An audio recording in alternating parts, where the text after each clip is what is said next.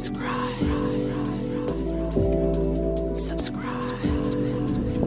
fresh and as candid as it can be. So we want to have a final discussion. I'm going to give each and every person at least 30 seconds to comment on this. So this is on, of course, we know there's a big debate about who is the GOAT, but we have one of the GOATs called Cristiano Ronaldo. He managed to make a world-breaking move to Alnassr. This is a club in Saudi Arabia. Of course, he went there to meet one of Africa's top scorer in the African Cup of Nations, Vincent Abubakar, who by now rumors have it that Manchester United are actually bidding for him to come at Old Trafford on loan. So I don't know whether it will be a story like, you remember they took somebody, this guy from Nigeria whom Manchester bought on loan. What was his name? The former Watford player. He was a striker from Japan. Once we remember it, we'll bring it to you. Igalo. So guys, do you think when if Abubakar will come to Manchester United, will he be like Igalo, or will he be a revolutionary player? But now that's not the discussion. What I need my pundits here to comment about is, do you guys think that Cristiano's move to Alnassr was a big move? And what are your expectations with him being there? So where do we want to start? Let's start it from the far end. Okay, concerning that move, I don't think that it has a very big impact. So as for now, Cristiano is not as good as he was. You can't say that he's performing nowadays as he was in the other days. When he was younger, he used to be the Cristiano we really know, but nowadays he has really changed. So I think you can call him a fatigue player. He's a fatigue player. Let's have a fresh blood and fresh players. I know they are coming. In fact, Arsenal, I think we have some fresh young goats, upcoming goats. Or am I challenging anyone? Yeah, in Arsenal at least we have some fresh upcoming challenging goats. So for Cristiano, I don't think it will have a very big impact. The same question to Benito. Okay, Cristiano going to Asia, I'll take it as a desperate move. Why am I saying? There is no coach in the Premier League, in the La Liga, in the Bundesliga, those big leagues, who want to sign Cristiano. Having Cristiano Ronaldo in your team is a headache. The only place I think they are so dearly and they need him is a place like Asia. Because having him as a player, as a team, Cristiano is a unit as himself. Having him as a team, you'll have to coach him himself, not with the other team. Having seen his move at Manchester, going to the interviews and talking about a team that is still contracted with, I think that is good. So having Cristiano kwa hiyo ligi ya Asia, I think makoches wengine hawawezi kutaka kwa team. Kozuni player kumhandle ni ngumu. Yeye ni mtu player anapewa diet yake peke yake. So kumweka kwa plans zako za team inakuwa ngumu, because yeye kuna vile anapenda kucheza na kuna vile coach pia anataka timu yake ikue. So kumuona huko Asia sikuwa surprised, because miaka yake pia imesonga na I think time yake ya ball imeisha. Story ya GOAT ni mmoja. Ni nani GOAT? Na mwenye alifariki tu marehemu Pele. Huyo ndio GOAT pekee yake. Because yeye ndio the only player amekuwa na World Cup ngapi? 3. Na hizo tournaments zingine though tu we haven't seen him kwa English na hizi. So mi GOAT mwenye sahihi huko ni huyo. Hao wengine waendelee watafute, maybe watakuwa ng'ombe ama hizo zingine, lakini GOAT ni the greatest player of all time, marehemu. Guys, it's getting heated up here. So, former Manchester United player Cristiano Ronaldo to Alnassr. Then let me give a Manchester United player to comment about it. Let me switch back to Kiswahili. I think hii situation ya Cristiano anasemekana that he's indisciplined. Did you see, mliona vile alisema why he reacted that way ama why he requested for that interview? It is because of the ill dirt that is at Manchester. If a club is to progress, you can't be having the same jacuzzi for 10 years. I think why they ended his contract is that he did an expose. He exposed the management. It came even to a point where the owners of the club wanted to sell it, but it was a rumor, they cannot sell it. But I believe one day they will. They will let us fans own the club. It is not about an individual. And again, having Ronaldo in your team is like Cristiano ni institution. Kama vile huko Kenya tunasema Baba is an institution in this country. You cannot attack Baba. Yeah?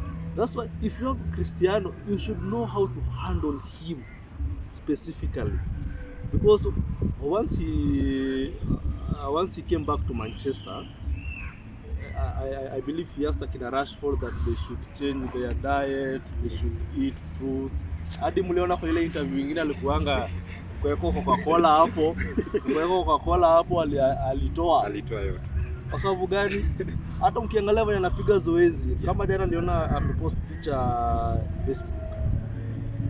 Utamu ukiangalia as Cristiano ni ile tu ana team. Hebu chukua Cristiano umpeleke City. Ata reimagine the Cristiano that we knew. Ndile sasa I'm a Man U fan, but pale we are not one of the best team in the world, right? We are not one of the best team. So I think again, number 2, him moving to Alnassr, it is a good business for that league. It is good business. Vile alisign tu hivi unaona t-shirt ziko zinaprintiwa Ronaldo, so it is good business for the club. And you know these Arabs, they are enticing with their money. They entice you. Right now I think he's being paid $70 million per year. Yeah? How much is that in Kenyan shilling? How much is that? I'll break it to you. Relax. A person, a player at his caliber, a player at his age, 37, turning 38 this year, being the highest paid football player in the world. Yeah? I think vile mnasema ameisha bado hajaisha. I think he's one of the goats. He's among the goats. He's among the goats because before hajaisha kwa Cristiano mpeleke City. Ukiona mchezaji ametoka England ama ligi yote aende Asia, huyo ameisha. It is not about the league. Now sisi kama mnasema Messi no the goat, toa Messi League 1, leta Premier League tuone ataperform aje. You know Cristiano ndio the top scorer. Hata ameshinda hata Pele, huyo the goat himself. Yeah, he has many professional goals that anybody else in this world. I think this debate will never end until tunatoa feelings up. I think I will allow Nelson to give his sentiments about this. Nelson, talk to us about Okay, I think this debate has been running over for the last 15 years. Yeah. Since 2008. I believe Kaka was the last main Ballon d'Or winner. Yes. Before we got competition between Messi and Ronaldo. Then in between we got Modric. Ribery was robbed at some time. Lewandowski. But I think these two figures, they are phenomenal figures. And I can say we have been blessed to have a generation to be in a generation of watching Cristiano and Messi. I cannot comment about Edson Arantes, that is Pele.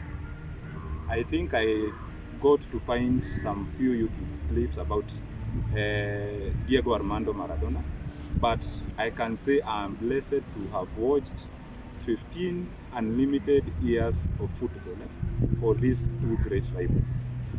Before I go to decide who is my GOAT, I need to have a background story of Cristiano when he came from when he was at Madrid. He had been promised by Florentino Perez around 2017 that he was going to get a 150% increase on his then current terms on a renewal. But Perez didn't renew that contract.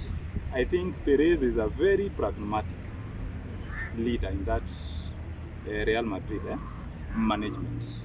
He knew the right time to dispose Cristiano Ronaldo, and it happened on the summer 2018. Juventus had already won around 7 or 8 Serie A's consecutive, so they had treated the Champions League as their holy grail. So they saw the need to sign Cristiano Ronaldo in order to achieve two things. Number one, so that Cristiano Ronaldo can assist them win the Champions League. Number two, so that they can boost their commercial sales, the commercial revenue. I think it backfired a great deal.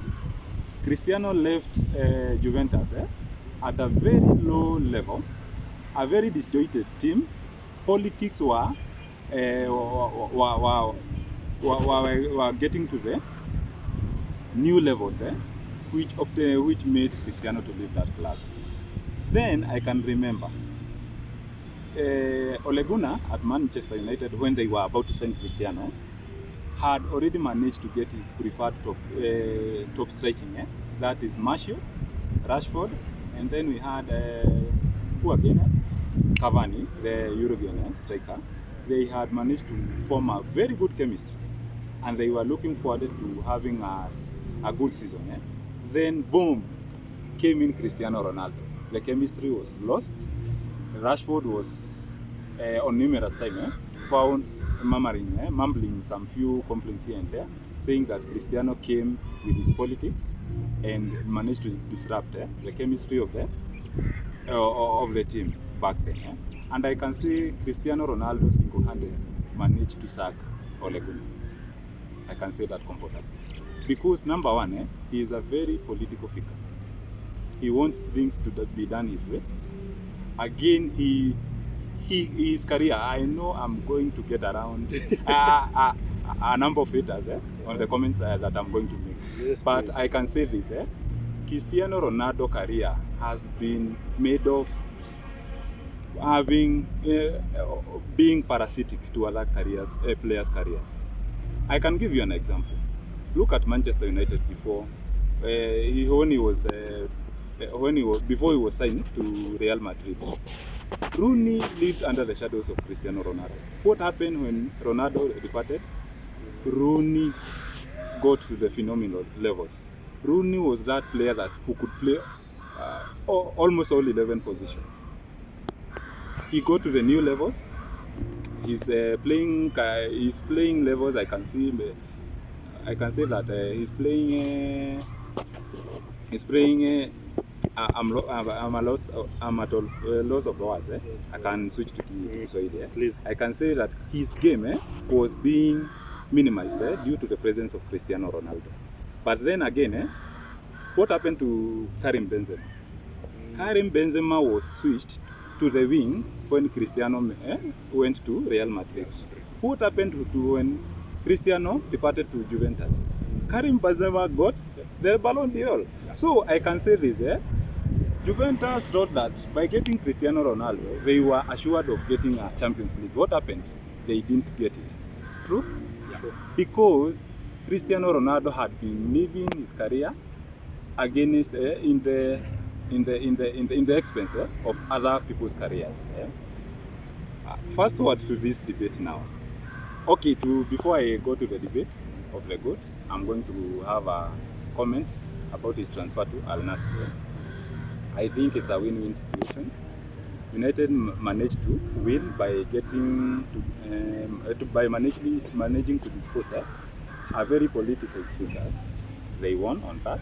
Number two, I can say Alnassr and Saudi Arabia have won again, because in terms of numbers, I can see there is a certain increase of the spectators who are now streaming the games for Alnassr or the league from Saudi Arabia.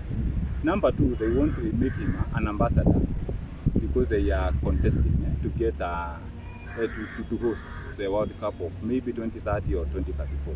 So they want to make Cristiano Ronaldo as a World Cup ambassador so that they can win that slot. I can say Alnassr are having a great number of sales in terms of jerseys, and Cristiano on his side, he has won because I think he has managed to get a contract of 200 million a month. That is a very good deal, and I can say again, because he's a very politicized figure, he can manage to live with smaller caliber of players who are going to really work for him so that he can get the goals. I can say this, it's a very strategic or tactical move because Cristiano Ronaldo is going to get back. He's going to score maybe per season, not less than 30 goals. And I think he has a target of maybe ellipsing the number of Pele. Pele had around the total number of goals scored around 1,200. That is the target for Cristiano Ronaldo. And he knows that when he managed to break, how can he manage to break that benchmark? By going to a low level league, and he is going to get the numbers. He is going to play his politics because there are no higher caliber players there to compete with. So they are all going to work to be his workers. Again, in terms of the GOAT debates, I'm going to say this. I'm not going to comment on Pele. I'm not going to comment on Maradona. I didn't get to watch them. About these two players, I can say Messi for me. I have two reasons. If you manage to remove the goals from these two players, who would you opt to have in your team? Messi or Ronaldo? Let us say, remove the goals. Tuondolee sasa mzigo ya kufunga mabao. Who would you opt?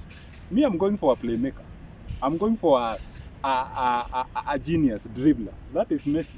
Messi can do it all. Remove, I can give you an example. In season 2011-2012, we managed to get a Champions League then.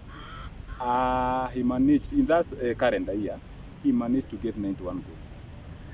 Remove that goals, 91. Ronaldo managed to get around 60 something. But remove the goals. He managed to make around 51 assists. Who can manage to do that? Ronaldo can't do that because he does not supply. He just receives. But Messi can do it all. Dribble, score, and play make. So the goal for me, I think, that there's no debate here. And Ballon d'Or, the 8th Ballon d'Or, the next year, the Ballon d'Or for 2023 is already gone. Let us not lie to ourselves. So Messi for me, and there's no debate there. Wow, guys, it has been so comprehensive. You thought, what's the name of this guy? The uncensored guy, Morgan. You thought Piers Morgan was the only guy who could bring for you uncensored live.